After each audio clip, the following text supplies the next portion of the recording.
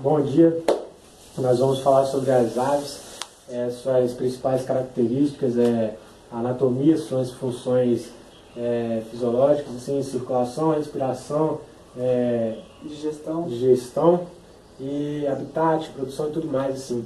E o grupo é Raul, Luquinhas e Eduardo. Pode começar. Bom, as aves, elas constituem uma classe de animais vertebrados tetrápodes, que são os animais terrestres que possuem 4 membros. E eles são endotérmicos e também são ovíparos. Endotérmicos, no caso, é a capacidade de manter a temperatura constante. Mas isso aí depois nós vamos falar. E são ovíparos, que depois nós vamos falar, vamos explicar o que é também. Não precisa. E são principalmente caracterizados pela presença de penas que cobrem o corpo da ave todo. E também pela presença de apêndices locomotores nas asas e um bico córneo, né, que facilita ali a digestão na hora de se alimentar. Funções ali necessárias para a ave. E ossos pneumáticos, que possuem ar dentro, que são loucos e facilitam ali na hora de voar. No voo. E no mundo são reconhecidas aproximadamente cerca de 9.000 espécies de aves assim, distintas.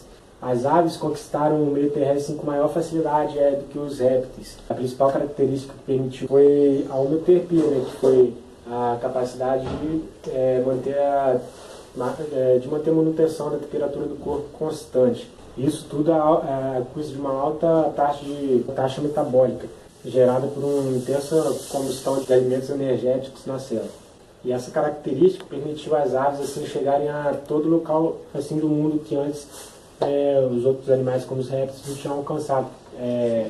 Como, por exemplo, áreas geladas, assim, que nem Polo Norte, Polo Sul, e áreas desérticas. E as aves variam muito de seu tamanho, assim, elas podem variar assim, de pequenos seres, como de animais de pequenos porte, como o beija-flor, até os de grande porte, como os avestruzes.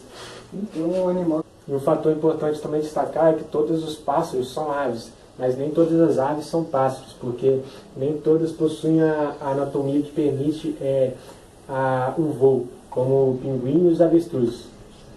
Vamos começar falando agora da circulação, e uma das características assim, principais, como vocês estão vendo aqui embaixo, passando aqui, que favorece a homeotermia, que é a manutenção da temperatura constante corporal, a existência de um coração totalmente dividido em 4 cavidades, 2 átrios e 2 ventrículos, quando você está vendo aqui e mostrando a diferença aqui para vocês. Então, a metade direita do átrio e do ventrículo, ele trabalha exclusivamente com sangue pobre em oxigênio, né?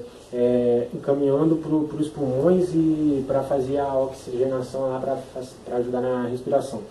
E a metade esquerda do átrio e do ventrículo ele trabalha com a parte chica em oxigênio. Então, o ventrículo esquerdo, ele que tem a parede musculosa, ele bombeia o sangue para a artéria aorta. Então, assim, a todo momento, os tecidos recebem o sangue bombeado, o sangue ricamente oxigenado, né? O que facilita a manutenção da temperatura corporal e a sobrevivência em qualquer tipo assim, de ambiente.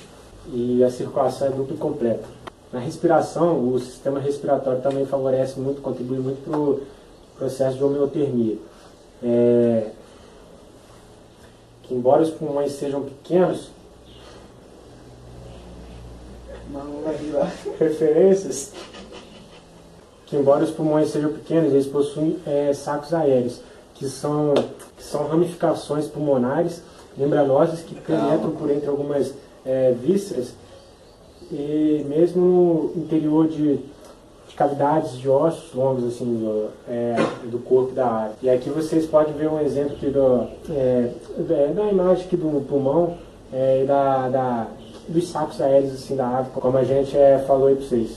Uma exclusividade das aves é que elas têm o corpo coberto por penas, e como vocês podem ver nas imagens aqui. E essa pena é composta centralmente ali por uma estrutura chamada rax, que sustenta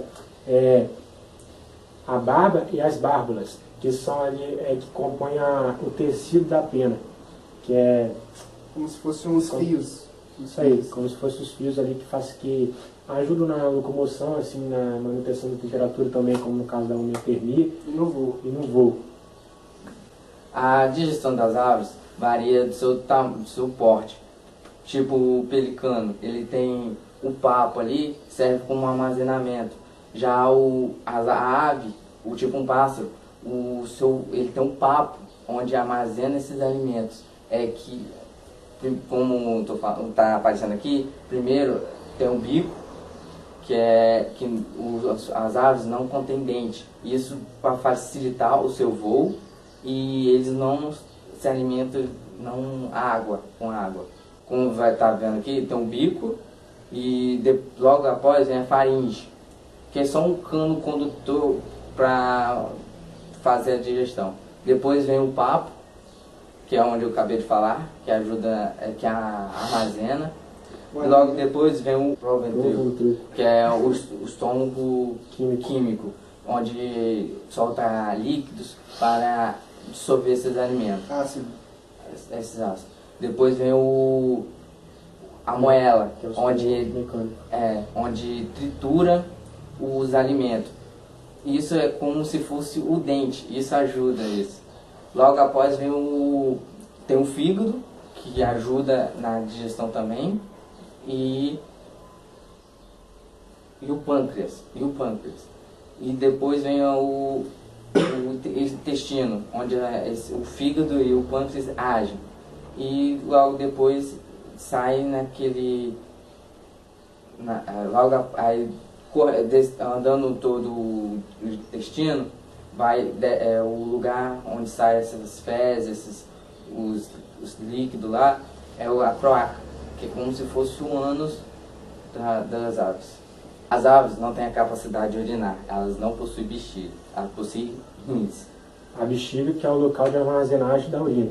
E o que acontece é que o líquido que elas ingerem, principalmente água, é enviado primeiramente para o rim, onde são purificados, assim, e o que sobra ali, a substância que sobra ali, que é que nem o urato, no caso, elas são para o intestino. Então, entram ali no processo ali no intestino e são misturadas com ácido, né? Uhum.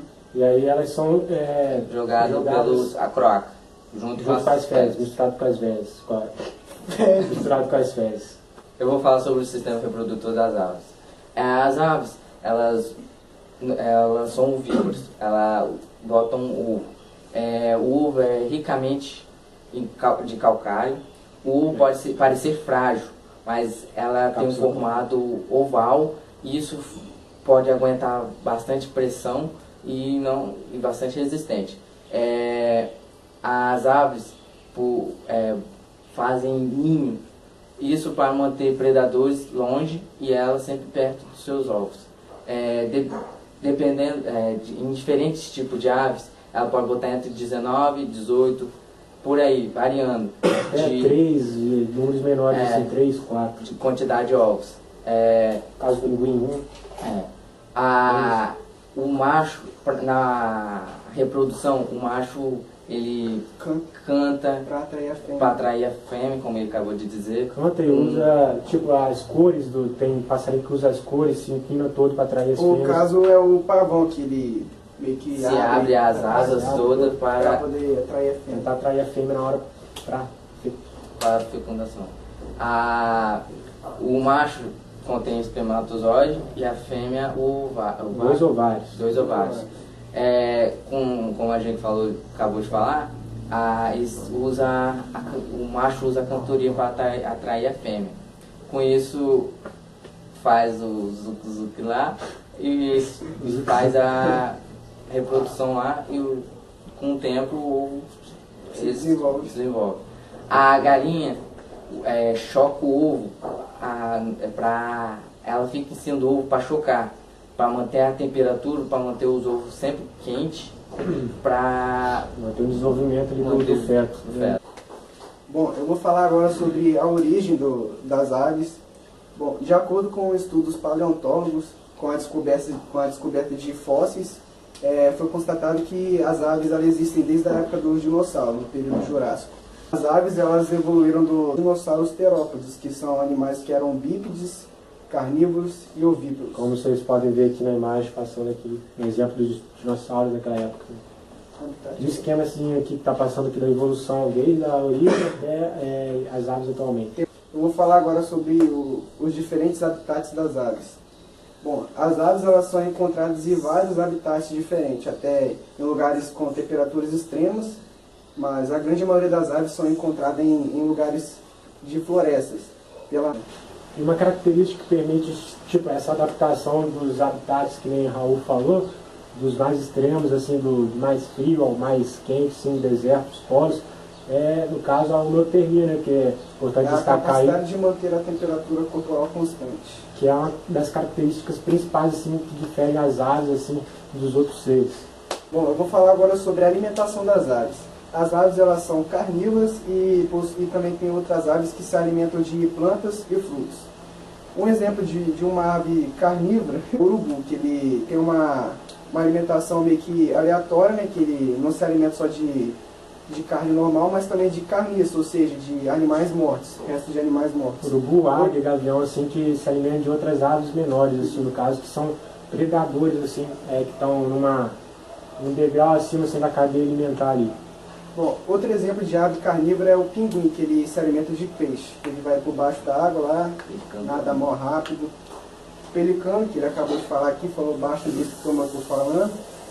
E um exemplo de ave que se alimenta de frutos é o avestruz, que é uma ave de grande porte, que é terrestre, né?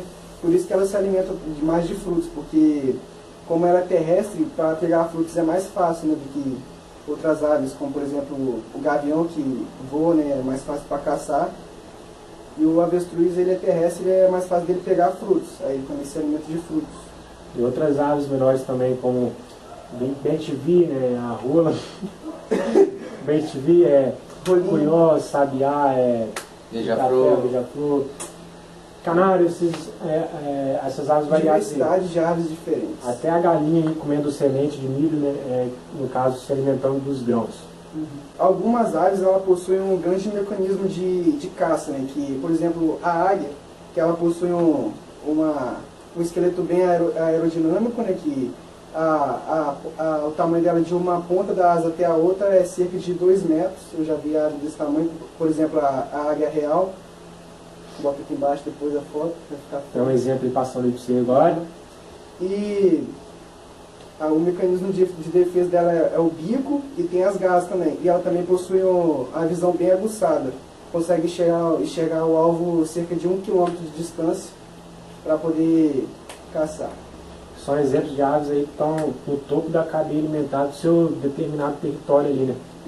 Que lugares muito provavelmente não tem predadores assim, que são aves assim, que no caso não tem predador superior a eles. Agora vamos falar sobre um pouco das curiosidades das aves. Bom, a primeira curiosidade é que nem todas as aves elas podem voar, como por exemplo o pinguim e o avestruz. As aves que podem voar, no caso, elas compõem um grupo dos passeriformes, né, que no caso são, que nem Raul falou, nem todas as aves são pássaros, mas todos os pássaros são aves. Porque tem a anatomia deles aí que difere, né, facilitando ou não a capacidade do voo. No dia 5 de outubro é comemorado o Dia Internacional das Aves, que é uma data muito importante no mundo todo. Outra curiosidade é que o ramo da biologia que estuda as aves é denominado ornitologia. Que é um ramo aí bastante abrangente, né, que é composto por várias áreas de estudos assim, né. Estamos encerrando aí o trabalho sobre as aves. Agradeço a atenção, né? Sobre a explicação aqui. Se inscreve aí no canal, deixa o seu like. Esse aqui foi o trabalho de biologia sobre o estudo das aves. Então, fechamos aí. Até um outro dia.